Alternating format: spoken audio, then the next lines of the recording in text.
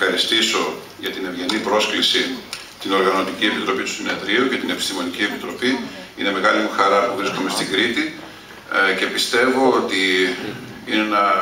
πολύ χρήσιμο συνέδριο που με την έκδοση των πρακτικών πάρα πολλά πράγματα θα φανούν ακόμα καθαρότερα για αυτή την εποχή στην Κρήτη, για τη μουσική της και τις σχέσεις τις οποίες εξετάζουμε. Από την άλλη μεριά, με βάση τις πρωινές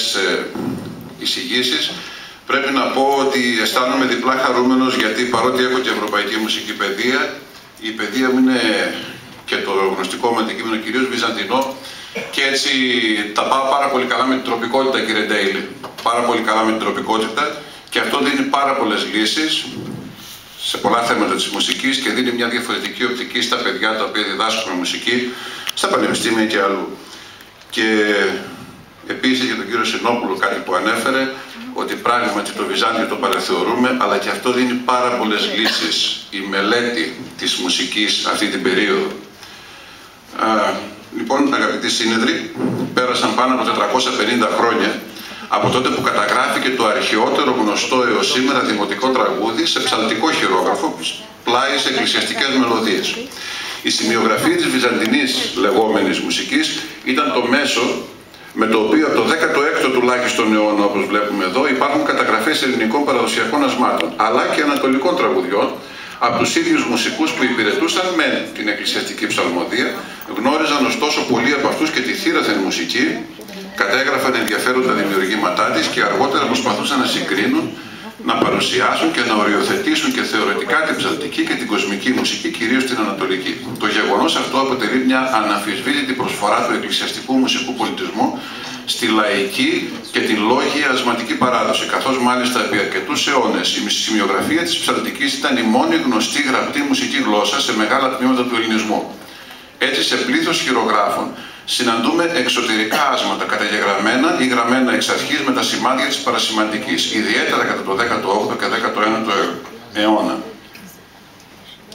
Μετά την εφεύρεση της μουσικής τυπογραφίας, από το 1820 και μάλιστα από το 1830 και μετά, παρουσιάζονται έντυπες συλλογές ασμάτων, κυρίως λόγιας και ανατολικής προέλευσης, και αρκετά αργότερα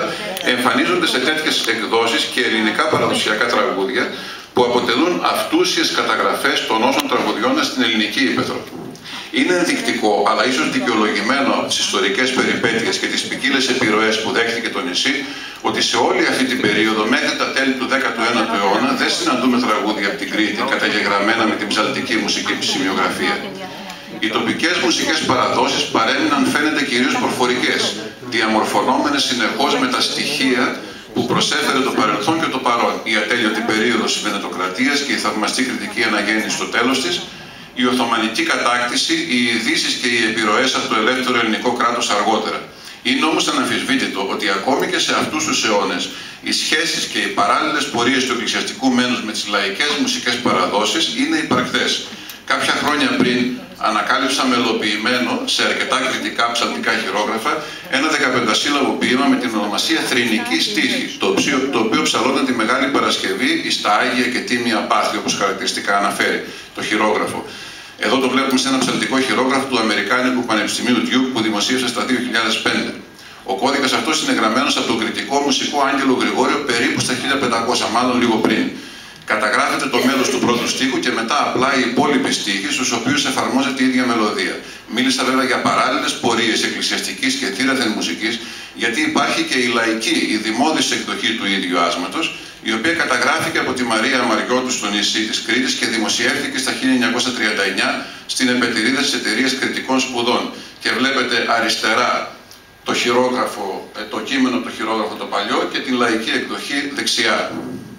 την οποία δημοσίευσε η Μαρία Μαριώτου. Από λίγο μεταγενέστερη εποχή, περίπου στα 1657-58, υπάρχουν και λίγες άλλες μουσικές καταγραφές ασμάτων που γεφυρώνουν κάπως την εκκλησιαστική με τη θήραθεν μουσική της Κρήτης. Όπως αυτές που βρήκα στον κώδικα Συνά 1440, όπου σε εγκόμιο ενός ιερομονάχου του νησιού, μελοποιημένου στο πρώτο οίκο της εκκλησιαστικής μουσικής, εμφανίζονται στο τέλος και οι λέξεις «Εβίβα» και πάλι «Βίβα, βίβα». Όπως όμως ήδη ανέφερα, στους κατοπινούς αιώνες μέχρι και τα τέλη του 19ου δεν έχουν εντοπιστεί κριτικά άσματα γραμμένα με την ψαλτική σημειογραφία, και αυτό είναι ενδιαφέρον. Έπρεπε εντός εισαγωγικών να παρουσιαστεί και να διαμορφωθεί σταδιακά λαογραφικό ενδιαφέρον, να κυκλοφορήσουν συλλογές κριτικών τραγουδιών, όπως τα άσματα κριτικά του Γιανναράκη στη Λειψία 1876 και κάποιοι άλλοι τίτλοι που ενδεικτικά παραθέτω εδώ, για να αρχίσουν να εμφανίζονται παράλληλα και καταγραφές της μελωδίας τέτοιων ασμάτων από μουσικούς. Η σε βάθος σπουδή και γνώση της εκκλησιαστικής μουσικής από λόγιες και δραστήριες προσωπικότητες, οι οποίες παράλληλα ζούσαν και μπορούσαν να εκτιμήσουν και τον πλούτο της εξωτερικής μουσικής, οδήγησε στη σύλληψη και εκτέλεση τέτοιων καταγραφών και αργότερα στην έκδοσή τους σε αυτοτελή βιβλία ή σε περιοδικά έντυπα της εποχής.